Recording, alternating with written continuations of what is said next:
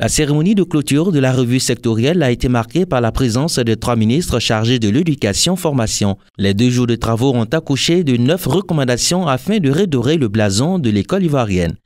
Renforcer le continuum éducatif dans toutes ses dimensions avec le partenariat, la révision des curricula. La 7e recommandation, dynamiser l'offre de formation des domaines des sciences humaines et sociales, des lettres, langues et arts pour les adapter aux besoins et aux réalités du marché de l'emploi.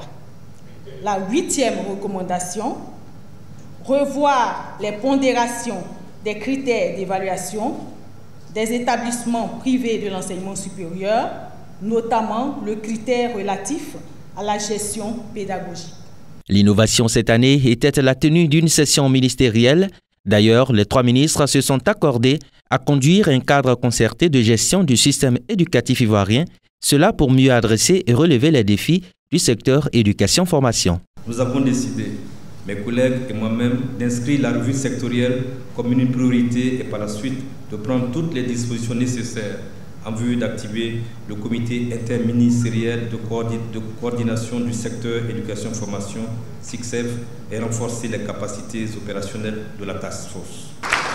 Ces dispositions comprennent à la fois la disponibilité des données statistiques en temps utile pour alimenter le rapport de performance du secteur, la mutualisation des ressources y afférentes et la mise en cohérence des documents sous-sectoriels de programmation pluriannuelle des dépenses et projets annuels de performance en vue des conférences budgétaires ministérielles. Les chantiers sont nombreux dans le secteur éducation-formation. Toutefois, la task force entend mutualiser les énergies pour impacter sur le terrain.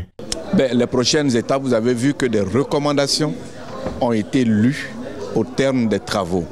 La task force va s'atteler à mobiliser les acteurs qui ont été interpellés par ces recommandations pour que d'une revue à une autre, les problèmes qui ont été relevés par ces recommandations puissent progressivement trouver des solutions. La 6e revue sectorielle a été meublée par des exposés, des échanges et synthèses de travaux.